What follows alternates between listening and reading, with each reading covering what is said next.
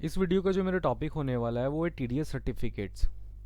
आखिर टीडीएस में कौन कौन सा सर्टिफिकेट होता है, वो कब इशू होता है और कौन सा सर्टिफिकेट किस केस में इशू किया जाता है। तो जैसा कि हम लोग देख रहे हैं कि टीडीएस जो सर्टिफिकेट है वो मेनली दो तरह का होता है।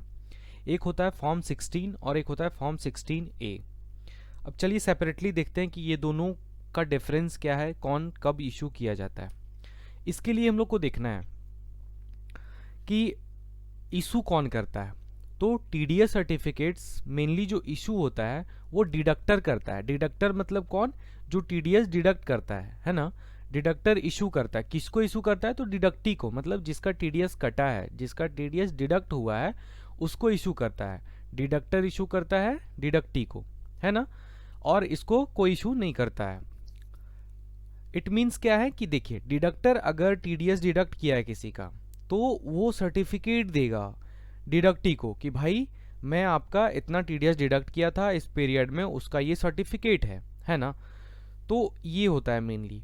अब देखते हैं हम लोग कि फॉर्म 16 क्या होता है और फॉर्म 16A क्या होता है। सबसे पहले हम लोग देखें कि टीडीएस सर्टिफिकेट दो तरह का होता है, एक फॉर्म 16 और फॉर्म 16A। इशू कौन करता है? तो डिडक्टर इशू करता है। डिडक्टर कौन होता है? तो जो टीडीएस डिडक्ट करता है। किसको इशू करता है? तो डिडक्टी को इशू करता है। डिडक्टी इन द सेंस जिसका टीडीएस डिडक्ट हुआ है। अब देखिए यहाँ पे फॉर्म 16 क्या है। तो ये फॉर्म 16 जो है वो आपका, ये आपको मतलब सैलरीड पर्सन को मिलता है। अगर जो एम्प्लॉयर है, एम्प्लॉय का सैलरी पे टीडीएस डिडक्ट किया है, तो एम्प्लॉयर उसको क्या इशू करेगा? फॉर्म 16 इशू करेगा। मतलब क्या बोलता है कि form 16 issued to the employ by the employer, है ना। फॉर्म 16 कौन इशू करता है? एम्प्लॉयर। क्यों इशू करता है? क्योंकि उसके सैलरी पे ये टीडीएस डिडक्ट किया है। With the details of tax deducted on the salary and tax deduction details. मतलब कि उसमें ये जो फॉर्म 16 इशू करता है तो उसमें से बताता है कि हम इसको इतना सैलरी पे किए हैं, उस पे से इतना इसका टैक्स यानी टीडीएस डिडक्ट किए हैं। और भी उसमें और भी डिटेल्स वो ऐड करता है कि एम्प्लॉय का इतना टैक्स, मतलब इतना टोटल मतलब सैलरी इतना दे रहे हैं, उस पे से उसका जो डिडक्शंस होगा, है ना।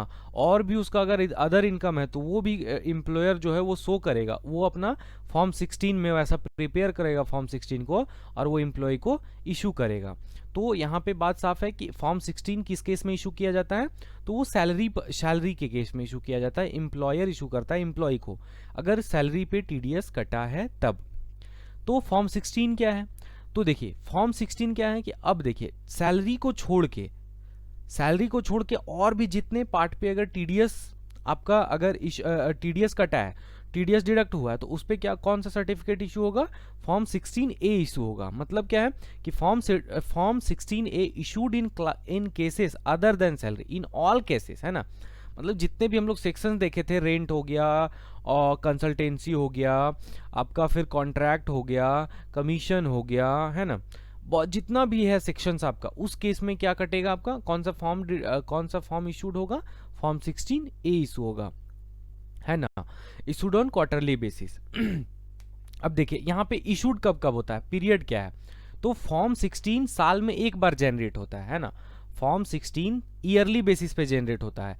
Yearly basis in the sense कि आपको मतलब कि पूरा साल, जैसे जो भी फाइनेंशियल ईयर था, तो फाइनेंशियल ईयर खत्म होने के बाद तो आपको साल में एक बार फॉर्म 16 मिलता है।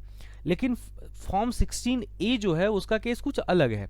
इसको हमेशा क्वार्टरली बेसिस पे मिलता है कि एक क्वार्टर में आप कितना अदर देन सैलरी पे टीडीएस डिडक्ट किए हैं, तो उस पर आपको क्वार्टरली बेसिस पे क्या मिलेगा? फॉर्म 16A मिलेगा। अब चलिए हम लोग, मतलब यहाँ पे बात साफ है कि कब कब इशू होगा, टाइम ऑफ क्या है। तो फॉर्म 16 एनुअली जनरेट होता है और फॉर्म 16A जो है वो क्वार्टरली जनरेट होता है। सिंपल सा बात है। अब देखिए हम लोग एग्जाम्पल से कुछ समझते हैं। यहाँ क्वेश्चन है हम लोग के पास कि mister Ramesh working with the company on a salary and salary basis, है ना, and company has deducted TDS on his salary. मतलब उसका सैलरी पे वो क्या किया है? टीडीएस डिडक्ट किया है। कंपनी अब कौन सा फॉर्म इशू करेगा? तो कंपनी विल इशू फॉर्म 16, है ना, particulars with the amount of salary paid and tax deducted, कि उसमें वो जो है मतलब कंपनी जो है वो रमेश को क्या देगा, फॉर्म 16 देगा, और उसमें क्या डिस्क्राइब करेगा कि हम कितना सैलरी पे किए हैं, उस पर कितना उसका टीडीएस डिडक्ट किए हैं, उसका डिटेल वहाँ पे पूरा शो करेगा। अब सपोज करिए कि जो मिस्टर रमेश हैं वो किसी और फर्म को, किसी और कंपनी को वो क्या कर रहे हैं, कंसल्टेंसी दे रहे हैं। तो उस केस में वो जो फर्म था वो इनका क्या किया कि टीडीएस डिडक्ट किया ऑन कंसल्टेंसी फीस नाम से। तो ये जो कंसल्टेंसी फीस के नाम से, तो ये तो सैलरी है नहीं। तो इस केस में वो जो ऑर्गेनाइजेशन है वो क्या करेगा, फॉर्म 16 इशू करेगा, है ना, और ये क्वार्टरली बेसिस पे इशू करेगा। तो यहाँ तक किसी को कोई कंफ्यूजन नहीं होना चाहिए। Thank you.